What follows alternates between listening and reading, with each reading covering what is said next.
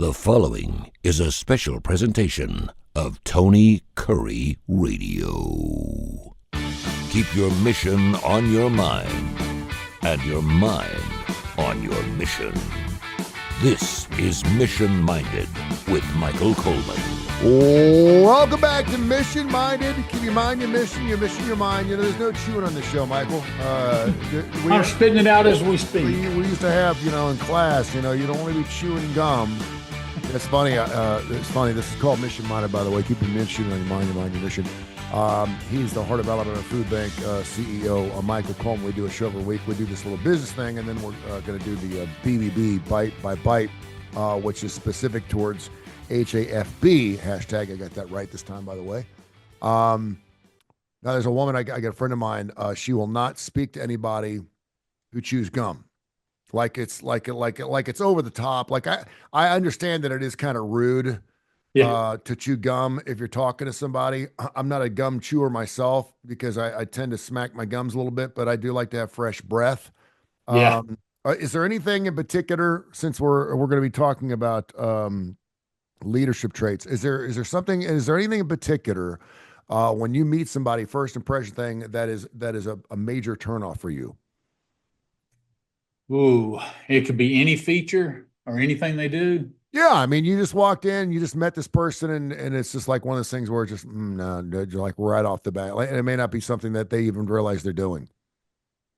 Oh, wow. Well, do you ever talk to somebody that doesn't make eye contact? Oh, yeah. Like they're looking over your shoulder, like they look, and I've got several friends of mine. I love them to death, and it's just the way they talk. They don't make eye contact. They're all constantly looking over your shoulder when they speak to you. Well, a lot of it is stuff we grew up with. Like once my dad explained to me about a handshake, a man's handshake, and then I've had conversations with people, and then going to end the conversation, reach out to shake their hand. And it's just like a dead fish. Yep. And I'm telling you, it has grown as I've gotten older. I'm like, I just can't hardly do business with people who just can't give me a firm handshake. Yeah. But it reminded me, because I'm such a Seinfeld fan, every week it was something about some annoying feature. So you have high talkers, low talkers, close talkers. Mm-hmm. I mean, there's a whole ton of stuff, but I take some medicine, and sometimes it gives me a real dry mouth. And look, I don't want to punch anybody upside the head or right in the face with some dragon breath. So I do chew gum, and I try not to be too casual with it, but it's hard to. And so I got used to chewing all the time. I find people get on me all the time. I've even done appearances on TV in local commercials and things like that. Just chewing gum, not paying any attention, just like I'm chilled out. But I have it in my mouth all the time, so I don't even think about it anymore. But there you go. Yeah. I'm not a big gum chewer. I probably should be, but there's nothing worse than because you do remember people that have bad breath for some reason. That's something. Oh, no doubt. And that's probably why you don't really want to do business meetings after lunch. Maybe do them before, and make sure you have a little something on your stomach before, because if you have breakfast with somebody, sometimes when you first get out of bed, it's just the way it is. Yeah. Mission minded, confident leadership traits. I can't imagine why you're wanting to get into this today. Since our 47th president took over office last week, we're certainly going to talk about that. But when you're talking about confident leadership traits, what's the difference between confidence and bullying? Because a lot of people say that this is not Donald Trump, and we'll just pull the cloth back here and just say what it is. He's not. I mean, he's confident for sure, but a lot of people say he's just a bully. I mean, he basically is a bully. So, what would you say is the difference? Because you want a little bit of dash of, I think, both, really, don't you? Yeah. Well, I will tell you, I can understand in his case particularly. If you like Donald Trump, he comes across as confident. If you don't like him, he comes across as a bully. Mm-hmm. Speaking of my own self, is one of the ways I struggle is, and Donald Trump actually is like this, that you would think that he doesn't surround himself, but the truth is, people say if you call Donald Trump and get him on his phone, he doesn't care who you are. He just wants good ideas. and he'll listen to anybody. And I was really surprised about that characteristic. I was not really aware of that, but they said, yeah, the problem is so many people have his phone and they'll call him and he'll talk to anybody Mhm. like about different things. So he wants to hear good ideas, and I think that's a good trait. But once he kind of makes his mind up that this is the path I want to go on, then he can kind of be a bull in a china shop. And again, maybe sometimes that's what you need. I find myself there are times where I want to get as many voices as possible, but at some point, you're not going to have everybody in agreement. You're going to have differing opinions. So then you have to, based on your experience and based on the principles and values, uh, um, you have to make a decision and then push forward. And Yep. uh, sometimes you don't pick anybody's idea, but it's kind of an amalgam of everybody's input. And this is the way we're going to go forward. And confident leadership is really kind of important because it's, hey, I think this is right. I'm going to support it. And then it's been my experience that there's not a ton of great leaders out there. It's been my experience that most people, they have some leadership ability, but they really don't like making the tough call because they really don't. We've talked about this in past shows. Like, you don't really want to Mhm. make that tough call because um, you want to be led, or you're willing to be led, as long as it's logical, as long as those things are communicated, as long, because if it goes bad, it's really not truly on you. So people want to be a part of things that are successful, but there's not a lot of people that want to make the tough decision, move forward, plow new ground, um, for reasons of being called names or being uh, casted as, like you said, like this mean person or this doesn't listen to others or whatever. But I think what you saw this week, like him or hate him, and I've listened to some of his greatest detractors. There's one thing I'll speak specifically about Van Jones. He's on CNN, African American gentleman, CNN. It's a really smart guy. He's worked in Mhm. politics. Um, he said on his own podcast or his own thing was, look, we got to stop thinking. He was talking about Democrats. We got to stop thinking that Donald Trump is dumb. Yeah. The bottom line is he got reelected. He won the popular vote first time in 20 years for Republicans, and he's got a wave going, a momentum going right now. And he's been listening over the years, and now he's got a plan. Now, again, you can get into whether you like the plan, whether you think it's a good plan, bad plan. But one thing is not lacking is confidence to move forward in a strong way. And a lot of people, what I'm seeing is even those who were turned off by his brashness, what they weren't so much like, and I'll even use myself. There were times where I felt like Donald Trump was picking fights and staying focused on things that didn't Mhm. have any, you know, you it looks like you're fighting because you just want to fight and argue and bicker and all that. This time it seems a little bit different. Like, you don't hear him up there just tooting his own horn nonstop. He's like, this is what we're doing. This is why we're doing it. I told the American people I was elected and I'm moving forward to do it. And then he's bringing in the leadership under him who can take the principles or the guidance from the leader and then go and employ them and push push through the barriers that you normally find in government. You may not like his policies. You may not like the way he does things, but I think we can all agree right now that he's getting things done. I'm not sure what those things are, and a lot of people don't like those things. But right now, he seems like he's the hardest working guy I've ever seen in my life. But and at 78 years old, but it's like it was stated again. I like listening to opposing views mhm. because and then sometimes what you hear is like a Rachel Maddow. She's not going to ever give Trump an ounce of credit for anything.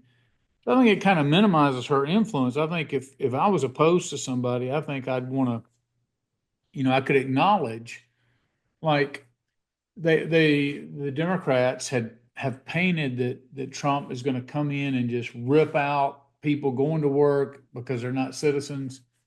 And you haven't seen any of that. What they're going in and getting some of the most dangerous criminals, people who are already been locked up, Mm. people who have committed multiple felonies continue to be released out into the country and in their community by these sanctuary cities.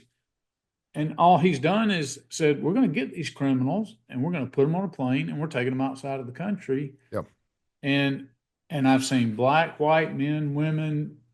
It doesn't matter your background. They're like, yeah, I'm glad these dangerous criminals are gone. And right now it may turn into something else later, but right now that's the focus. And so you see people from all walks of life, at least right now, giving him this benefit of the doubt.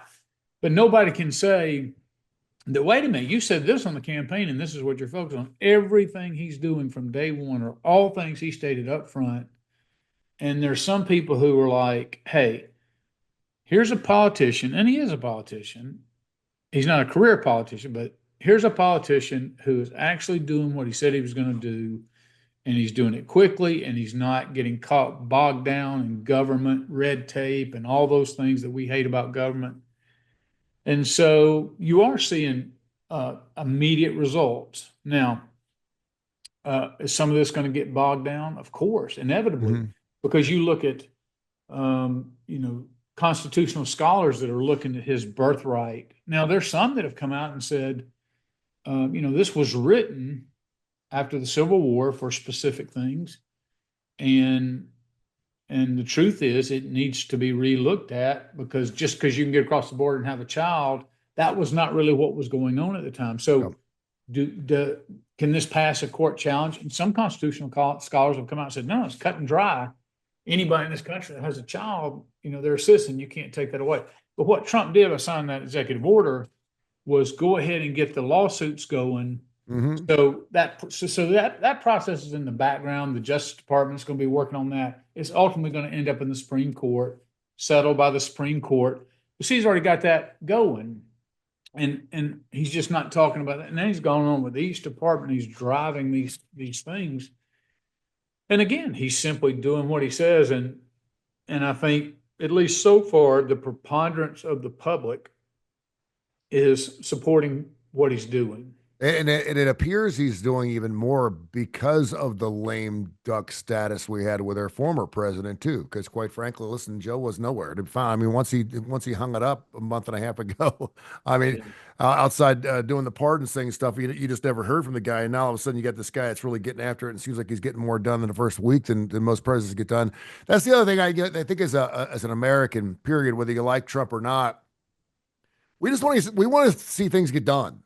The last thing I need is another 4 years of impeachments, of trials, of special groups putting together special, groups of individuals, Senate hearings, and all these things talking about, stuff that's not making our country any better. And so, as far as spending another $10 million on Hunter Biden, I'm just so tired of the bickering and the back and forth, knowing that it's all politicized, and no matter how many times you investigate it, it's going to be seen the way you want to see it, and so it doesn't really matter anymore. You know what I'm saying? It's just. Well, I mean, you're 100% right. It's just a waste of time if we put forward some good things in this world, like how to stop hunger in this country, and put all those resources behind the millions of dollars we're trying to tic-tac, trying to find blah, blah, blah, blah. Someone has an email of this and this, that, and the other, and someone's got a box of crap in his garage and he's not supposed to have. I mean, I'm just tired. I want to see things get done. Yeah. And so I think the American public felt that. I mean, I think, again, this is in part why Trump got elected. But I'll tell you a couple of specific things that I think, if you want to look at, one thing about strong leadership is just the decision making. And so here's when I look at, he was going out to look at the LA wildfires. But let's compare and contrast the differences in some leadership. So for years, California is being told, you're going to have a major fire and it's going to get out of control because you're not taking care of your forest. They diverted the water coming out of the north over a fish, a little slug of a fish. And so instead of it coming downstream and down to service Southern California, they diverted it from the north right into the ocean. And, again, justifying it through um, trying to save this little fish. Looks like a little shad. Um, so Trump's going to go out there and, but on his way, and he was advised against it, but on his way, he stops in North Carolina, and he reminds all those people that they matter, because that's kind of how we do with tragedy. Mhm. A tragedy happens, and then we focus on that in the news for about a week, and then it starts to kind of wane down. It's the heavy lifting of rebuilding, and then something else happens, and all our attention goes over and focuses on that. And that's what happened with all the flooding in North Carolina and all the weather that happened there. Well, he said, on the way out there, I'm going to go and stop and look at what FEMA's doing. He's evaluating. He's talking to real people and just reminding them, hey, I haven't forgotten you. We're going to come back. We're going to, because you remember all the controversy about FEMA running out of money and all that kind of stuff. Well, then he flies out there, and you compare and contrast him with both the governor and the mayor. When the election, the first month of January, I should say after the election, December and January, Governor Gavin Newsom and the entire legislature met trying to Trump-proof, as it was called, the state regulatory processes and all that, and coming up with all the lawsuits, all the different ways, before anything was ever done or enacted, all the ways they're going to sue them and all that. And he was the one, Gavin Newsom was touting this diversion of water and how we're so eco-friendly and all that, and how, we want these plants to grow wildly in the forest and the wilderness conservation and all that. But what happens? Exactly what's been forecasted for years. And 2 days prior, even though the mayor of Los Angeles knew these fires were coming, she goes to Ghana on a trip, as if something so critical in Ghana. So she leaves. It's like the old Nero, Rome's burning, he's playing the fiddle. Yeah. And then they both come back, and they're like, well, and Trump's saying, look, I'm not gonna sign off on you just sending out billions of dollars for these millionaires and billionaires to rebuild a lot of these houses. I know that wasn't all the population that got hurt, but hey, I'm gonna bring some accountability to this thing. And you can't say, well, we're gonna divert water, we're gonna not cut the underbrush because of this wildflower or that wildflower, and then when it all blows up in your face like it was prophesied, you can't say, well, then come bail us out with tax dollars from every other state. So he is decisive. He comes in and he says, this is the way it's got to be. And you just have confidence when he's there looking at it, because he's looking at it not from a governmental perspective, but from an operational and what's effective. And people in California have been ridiculed about, because it doesn't even matter if it's effective or not. What matters is that you care. Yeah. So don't evaluate how well this money was spent or what problems were solved. Just evaluate, did you care? Did you have the right motives? Well, that's why Elon Musk is over Doge now, because he's talking about just this government, this apathy and this lethargy found in government is just, it keeps things not running. 6% of the federal government is showing up to work. There's no telling how many people are lost who've been running paychecks. And guess what? And probably most of us who don't depend on the federal government from day to day don't even notice a difference, which just proves that so much of that workforce could be cut and could be reduced. And that's all the things they're doing in the average life of us. So I know I've kind of been all over the books, but all over the place, but you just see a direct approach, confident decision making. He believes in himself. He believes in his business prowess, but he is communicated up front. Hey, if you elect me, here's what I'm going to do. Now, while he's doing it, he's going to communicate, and then he's going to come back with the results, and more so if the results are positive, and then he's going to tout those. But he's communicating directly to the American public, and I think there's a hunger out there for that. Yeah, and he's only got 4 years to get it done. Michael Coleman, he's a CEO of Heart of Alabama Food Bank. That is hashtag HAFB. I think a lot of people thought that when he got into office as the 45th president, it would be different because he was going to run it like a business. He wasn't going to run it like an office. And I think that's great. I think it's good anytime. We see that in non for profits all the time. When you Yeah. see when someone with a business acumen comes in and says, "Listen, I'm going to run this like I run my other companies." Now, it's not always right, and sometimes it can be considered uncompassionate, can be considered insensitive because there's a lot of heads that got to roll. I certainly get that. It doesn't mean you can't add some stuff on back. And before, let me ask you this. I think it's interesting. I'm trying to think about some of the people in my life who I thought were great leaders. Is leadership something that can be learned or taught, or is it more genetics? It seems like, I mean, I know Donald I, Trump's dad was a Fred. I know he was a leader. But it just seems like to me that the most people in my life that are strong leaders, I didn't know them as anything but a strong leader. They were yeah. always that way. Well, I will tell you, I'm a firm believer that it's a good combination. And let me tell you what I mean. So if you have somebody like a Donald Trump, okay, his environment, so his father, grandfather, whatever, he was brought up witnessing a lot of things, exposed to a lot of things, being taught lessons along the way. Again, not always good lessons, but seeing business, being introduced to all that world. Um, he learned a lot of those, but you can't just, I mean, it's rare to find somebody early in life. What you tend to see is, and you see this in the Army with young officers, is you see, oh, there's lots of potential, that he has the characteristics of good leadership, Mm-hmm. but he's got a lot of lessons to learn. So, and that's not, hey, let me go read a self-help book on leadership. It is like the greatest lessons learned is you're doing it, you're trying, you're stepping forward, you're making the best decision. You have to make decisions, you make decisions.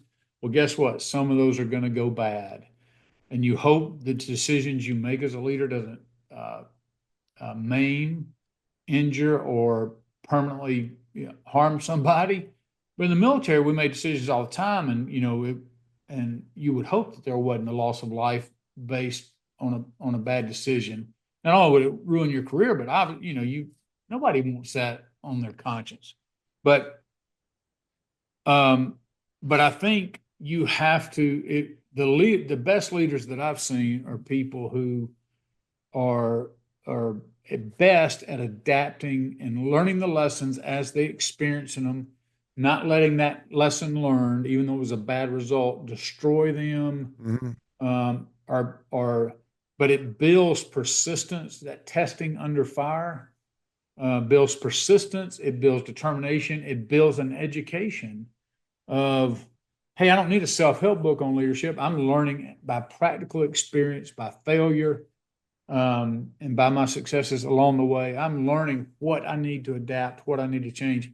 I've seen people with very strong leadership skills, like a Trump, go into the military, but have no humility. Mm-hmm. And if you don't have any humility, you're not willing to learn. So you just go through. You just think I'm right no matter what, and they never adapt.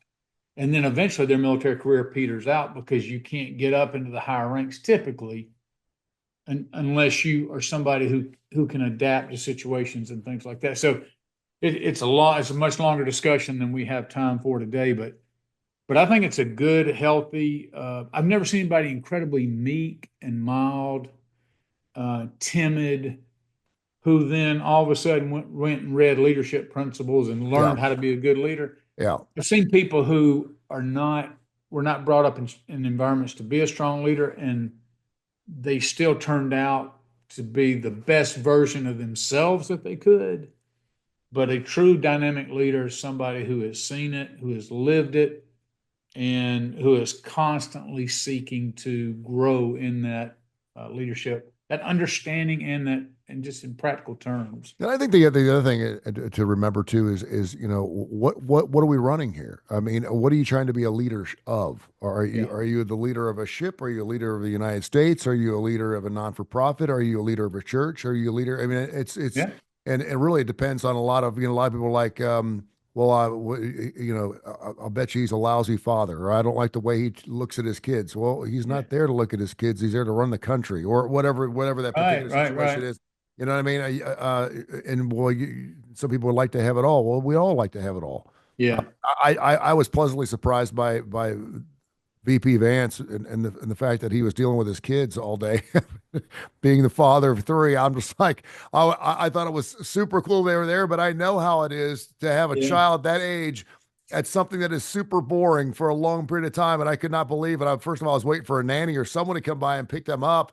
So at least he could, but and I think even Trump got off on it a little bit too. He was sitting there, bickering with a little kid and having a good time with it. So it was interesting. Well, Mission. just think about JD Vance, already a very smart guy, Mhm. already has shown incredible leadership to come out of the Appalachian area, all the barriers of poverty, mother and addiction, raised by his grandmother. If you ever had the chance to read his book, Hillbilly Elegy, it's fantastic. Has some great stories in it, but also it was a movie made on Netflix. It was a great movie. Mhm.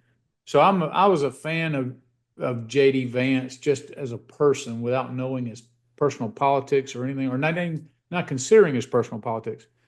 And then he marries this woman who is of Indian ethnicity. Um, First time I've seen her recently, last few weeks, go through some interviews. Very impressive by her own right. Mhm. Also an attorney, very smart, but had three kids, and they're gonna be up under the spotlight the next 4 years. But let me tell you something: being up under Trump with all his good and with all his bad, and there's plenty of negative things people to focus on. It is going to be a gold mine of opportunities for him to learn what's effective leadership and how to actually transform the government to make it more efficient. This is the first time I can remember in my lifetime where I could see the VP certainly being the next president. I couldn't see that with Pence. I couldn't see that with anyone. Seems like the VP has always been at that second piece. They get out there and do a couple things, whether it's the first lady or the VP, and you never hear from them again. And I have a feeling we're going to hear a lot from Vance over the next 4 years, whether we want to or not. Mission minded. Keep your mind, your mission in your mind. Hashtag HAFB. Heart of Alabama Food Bank. Michael, thank you so much. We got BBB coming up next. What are we doing on Bite by Bite? Oh, we're talking about, and if you hadn't asked me, I'd have known that. Oh, we're talking about the importance of hiring good employees. I'm just going to talk a little bit about my employees and just philosophically why that's so important. And it's coming up next.